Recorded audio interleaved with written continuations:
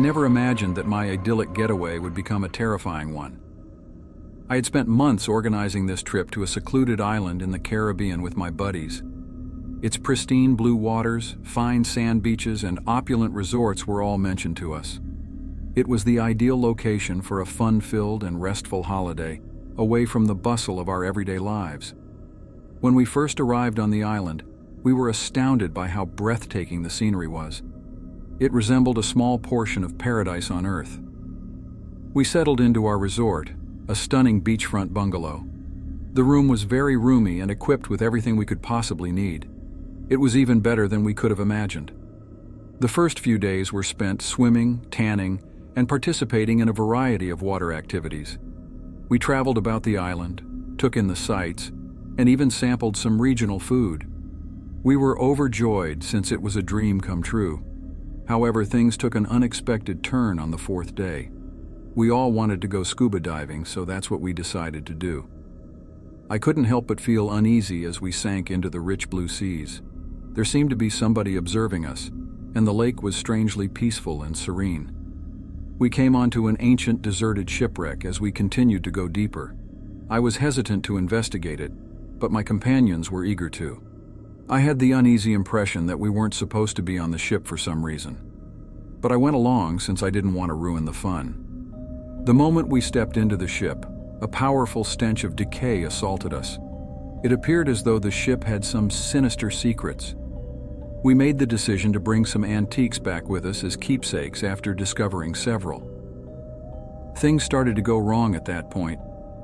As we made our way back to the surface, my closest friend's anxiety abruptly increased. She was pointing excitedly at something behind me. When I turned around to look at it, nothing was there.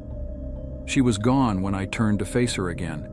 In a panic, I looked everywhere for her, but she wasn't there. I motioned to my other buddies to come to the surface, and we all put on our diving gear and went looking for her. We discovered her immobile on the water floor, her eyes wide open in dread, after what seemed like an age. She refused to wake up, even after we hastily carried her to the surface and attempted to revive her. She was evacuated to a nearby hospital when we asked for assistance. Her condition defied explanation by the doctors. They couldn't get her to wake up from her coma. We all opted to return home and end our vacation early since we were so afraid. What had transpired had disturbed us all, and we couldn't get rid of the uneasy feeling that something was wrong with that shipwreck. We discovered that the items we had removed from the ship had odd writing on them when we were packing our luggage. They remained mostly unnoticed till we returned home. We returned home, and strange things began to happen a few days later. We would feel as though we were being watched, hear sounds coming from our home, and see shadows moving. It appeared as though something had trailed us after leaving the island. All of this, I couldn't help but believe, was due to those items we had stolen from the ship. When my best friend eventually emerged from her coma, things only became worse. She was inconsolable, repeating to herself about the dark figure she had seen inside the ship. She claimed that it was now tormenting her after following her back. Despite our fear, none of us knew what to do. We got a package in the mail one evening. It originated on the island. There was a photo of us jumping into the ship and a message written in the same weird language as the artifacts. The letter forbade us from discussing what had transpired and advised us to return the artifacts. The message's sender identified himself as an island shaman and said that we were cursed for having disturbed the antiquated items. We were frightened and unsure of what to do. We made the decision to do as instructed and bring the relics back to the island. My best friend's unusual experiences miraculously came to an end, and she fully recovered. I still get chills thinking about the trip. Looking back, it was a nightmare instead of what was expected to be a dream come true. I took away from this experience that I should never steal anything that isn't mine, especially from a place with an air of mystery. That trip will always be associated with vacation horror stories in my mind.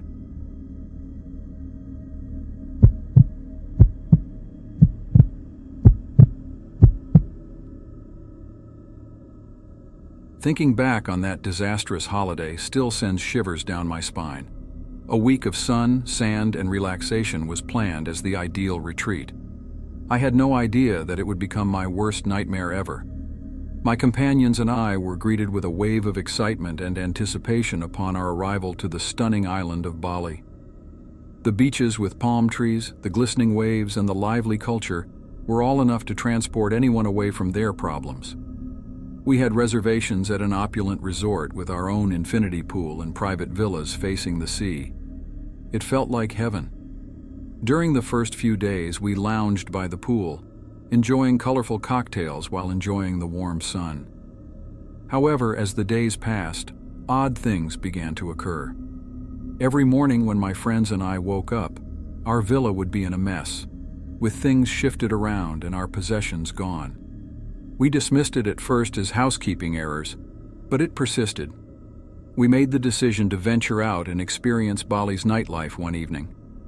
We happened onto a neighborhood bar that was bustling with activity and decided to participate in the excitement.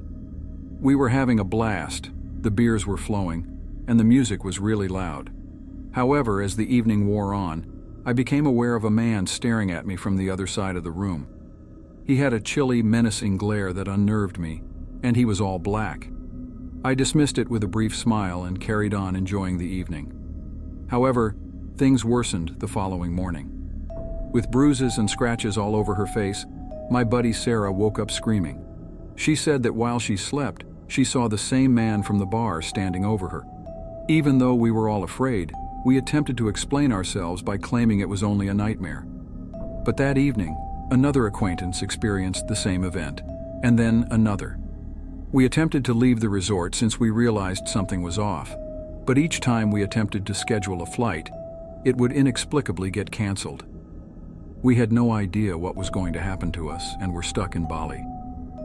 The resort employees dismissed our concerns as being overly neurotic and appeared to be unaware of any of the instances.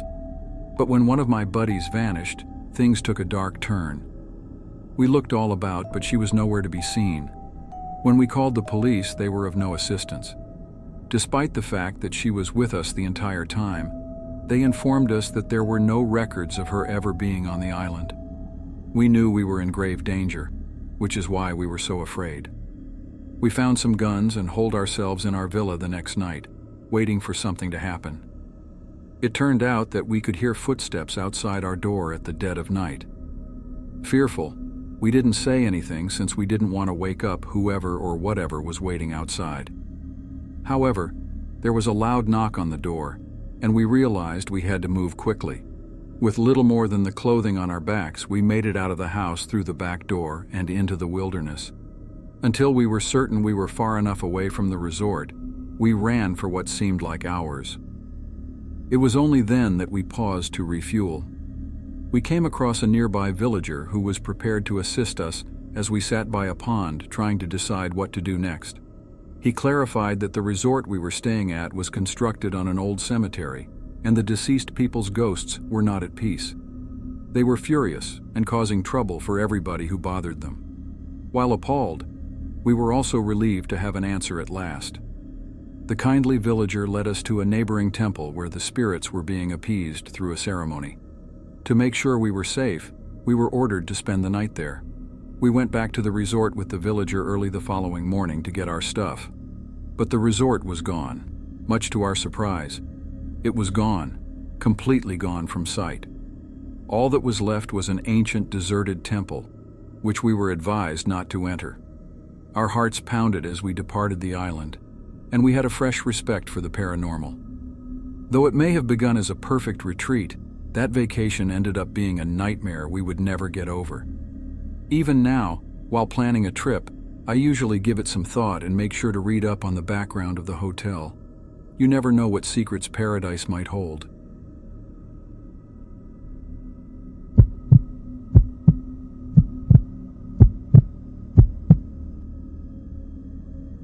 It was going to be the ideal getaway, a week in the stunning Colorado mountains full of activity and leisure.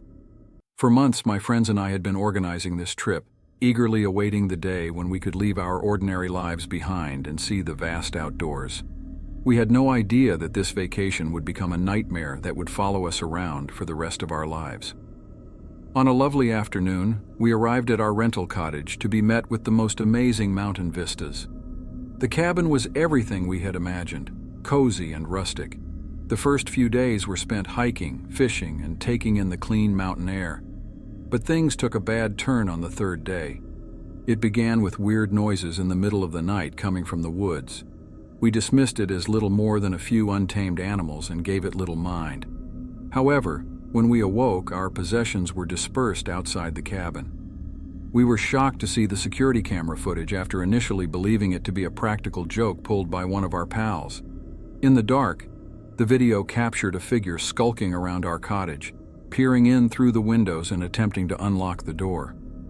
Though we were all afraid, we made an effort to tell ourselves that we were safe inside the cabin and that it was simply some insane individual. However, we couldn't get rid of the feeling that we were being watched as the night wore on. We made the decision to go on a hike the following morning in an attempt to forget about the unsettling happenings of the night before. However, while following a tight path, we became aware of a loud growling sound emanating from the bushes. It was visible to us when we froze. A huge black bear was staring directly at us, hostility and hunger visible in its eyes. As we cautiously withdrew, attempting to avoid any abrupt movements, the bear began to dash towards us. Barely making it back to the shelter of the cabin, we fled for our lives. We were nervous after that terrible experience. Because we were always checking over our shoulders and felt like we were being watched, we were unable to enjoy any of our activities. Then, on the fifth day, everything started to go south. One of our buddies was gone when we woke up. He was nowhere to be discovered, despite our thorough check of the entire cabin. Then we realized there was a big problem when we thought back to the odd man we had seen on the security tape. We contacted the police right away, and they dispatched a search team. After calling our friend's name and searching the woods for hours, we were unable to find him. We heard a faint call for assistance coming from deep within the woods as the sun began to drop. We eventually located our friend, who was scared and hurt after following the sound. He informed us that he had escaped after being attacked in the woods. We were all perplexed and relieved. Who could have injured him in this way? We told the cops everything that had happened since we got to the cottage when they arrived. They looked about, but they couldn't find any indication that anyone else had been in the woods except us. They said that our friend had most likely just been attacked by a bear, but we all knew that wasn't the truth. Having watched the security film, we were all aware that there was an additional person present. We made the decision to head out of the cottage right away and shorten our trip. We prepared to depart after packing our belongings, but when we were loading our car, we noticed him. At the edge of the woods, observing us, was the same person from the security footage. He began to cautiously approach us while we froze.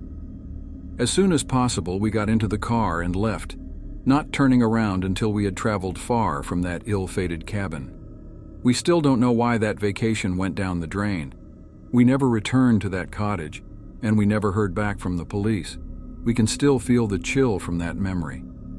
Though each of us had our own theories, one thing is certain: that trip was the scariest thing we have ever done.